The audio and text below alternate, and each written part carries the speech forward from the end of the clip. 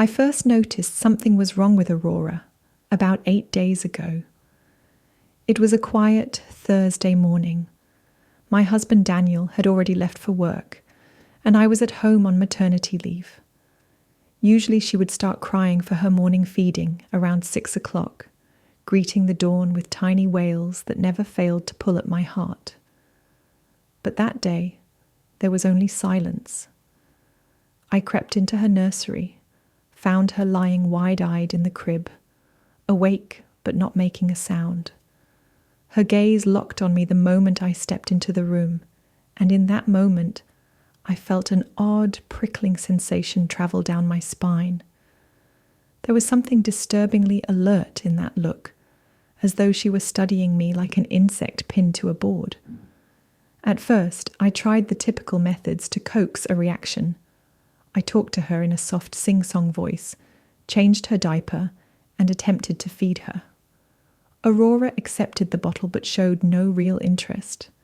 There was no cooing, no fussiness, none of the usual baby whimpers.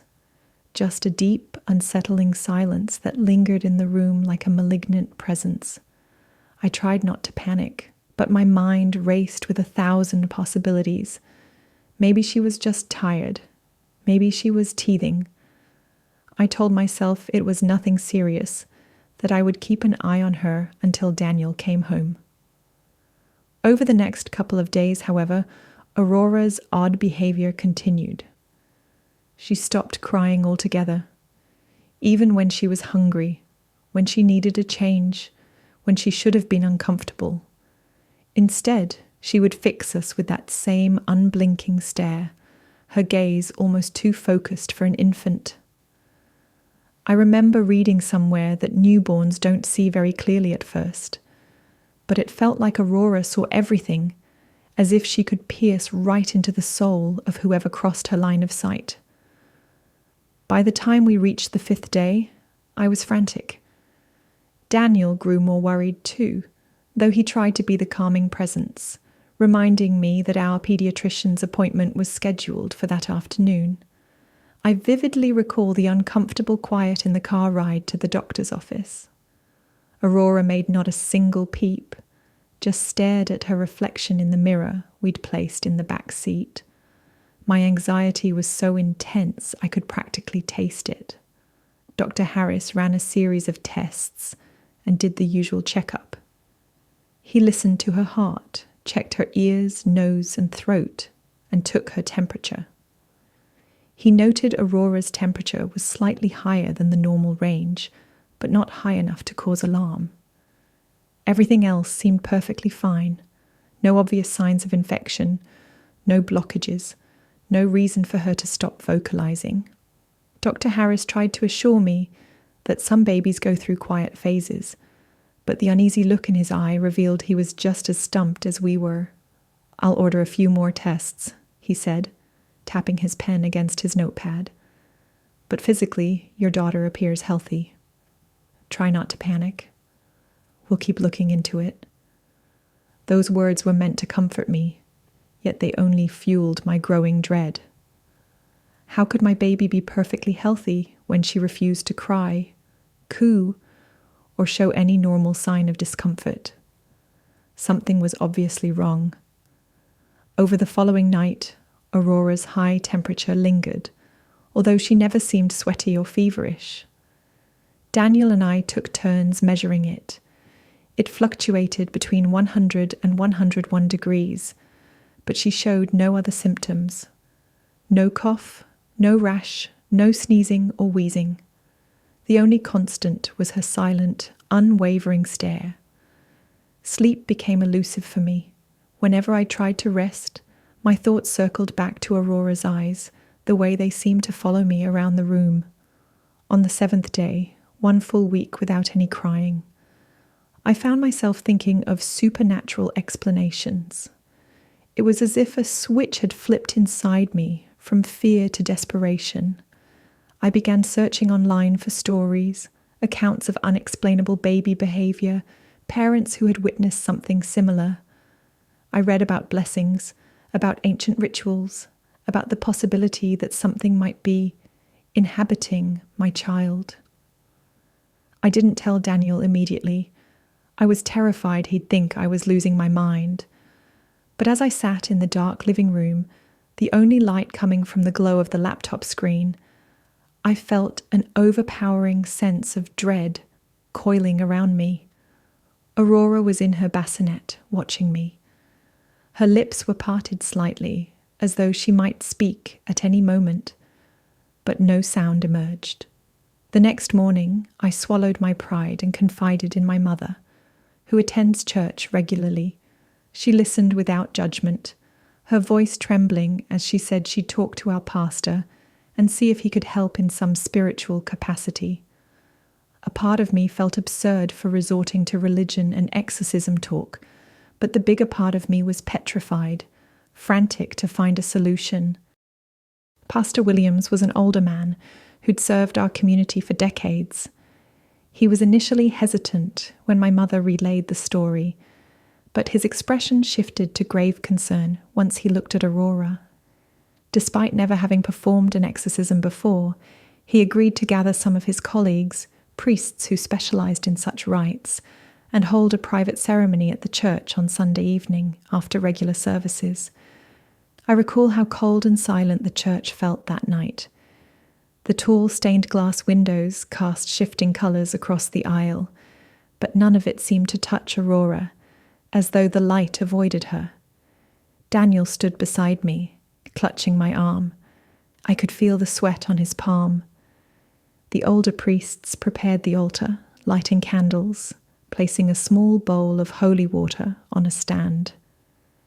Pastor Williams approached us, prayer book in hand, voice shaking. He began to recite the exorcism prayer, sprinkling holy water over Aurora's small forehead. At first, nothing happened. She just stared at him, the same dead calm in her expression. But then the temperature in the church seemed to spike. We all felt it. A wave of heat pressed in on us, the candles wavering, droplets of wax sliding faster down their lengths. Pastor Williams' chanting grew louder. Suddenly, Aurora's eyes shifted. Her irises darkened, almost black in the flickering candlelight. The overhead lights began to flicker. A low hum or moan reverberated through the pews, though no one could pinpoint its source. One of the priests stumbled backward, clutching his chest.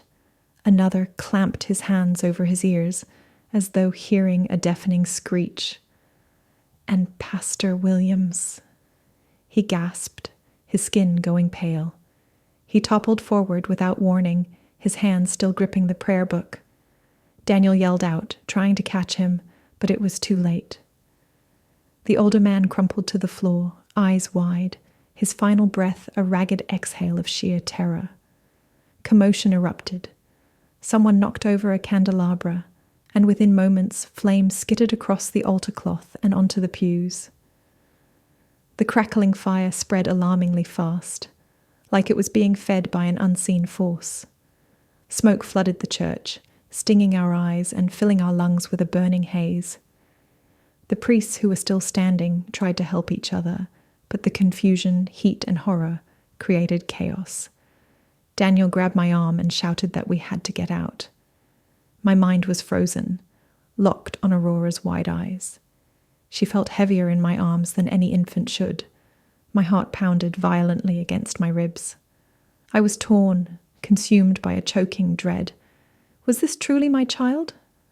Or was something using her body like a puppet? Fire licked the walls, pews ignited, and the stained glass windows soon burst under the intense heat. Daniel pulled me through the swirling smoke, and we stumbled into the open air. Flames roared behind us, blackening the once serene church. I coughed, choking on every breath. Somewhere in my panicked mind, the thought came unbidden. Leave her. I stared down at Aurora's face, so eerily composed. A faint smile, if you could call it that, touched her lips. It wasn't a baby's smile of innocence. It was mocking, knowing. My skin prickled, and before I realized what I was doing, I set her down near the flames, licking out the door. My hands shook so badly I nearly dropped her. Daniel was shouting something I couldn't make out. All I knew was that I had to leave. I had to survive. I tore my gaze away and ran. My lungs burned as I sprinted across the churchyard, away from the conflagration. The heat slammed against my back, and distant screams melded with the roar of the blaze. When I finally collapsed on the grass, gulping for air, Daniel was not beside me. I twisted around, blinking through the haze. I saw only flames dancing in the darkness, devouring the old church. Then I heard it, a tiny voice behind me, rising out of the crackle of the fire. It wasn't a cry. It wasn't even a human wail of distress. It was a single word, drawn out in an eerie, rasping tone that chilled my blood. My heart lurched painfully, and I realized with bone-deep horror that I had left Aurora inside. Yet that sound, so unnatural, so wrong, made my blood run cold. I tried to stand, but found my legs refused to move. My mouth opened, but no scream emerged. All I could do was listen as the flames roared higher, that single word echoing again like a question with no answer. Ma. And in that moment, I knew I had damned us both.